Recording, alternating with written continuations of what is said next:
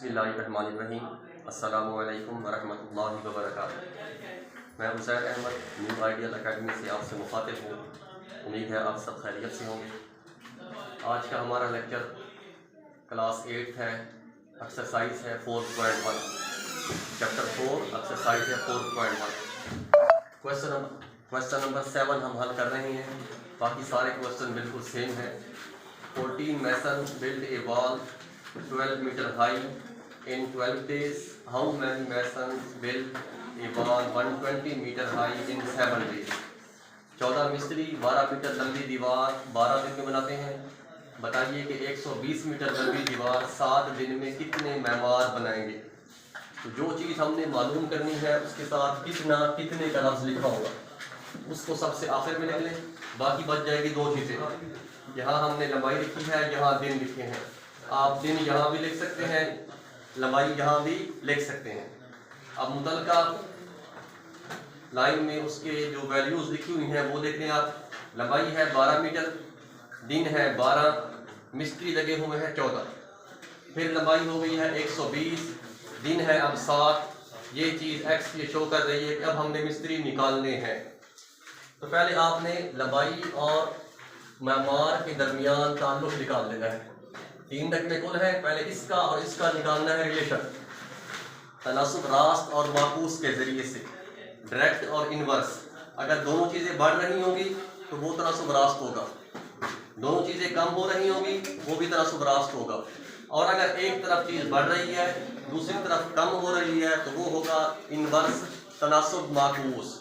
अब देखना है, लंबाई है 12 मीटर, मिस्त्री लगे हुए हैं 14।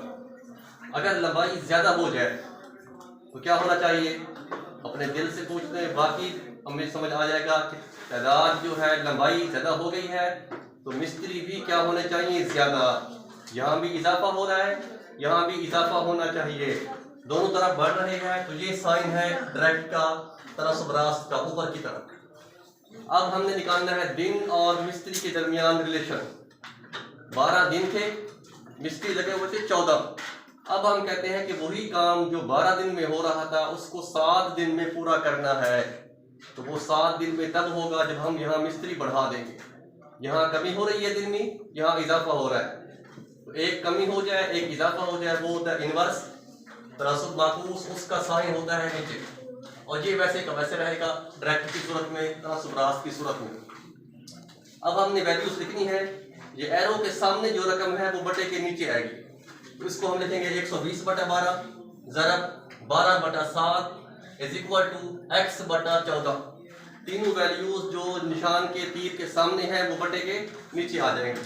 अब x की वैल्यू निकालनी है, 120/12 ज़रब 12/7 ज़रब यहाँ था 1/14, अब हो जाएगा 14/1। 7 1 दा 7 2 दा, 12 से 12 कैंसल, 120 को 2 से किया 240 मैमार।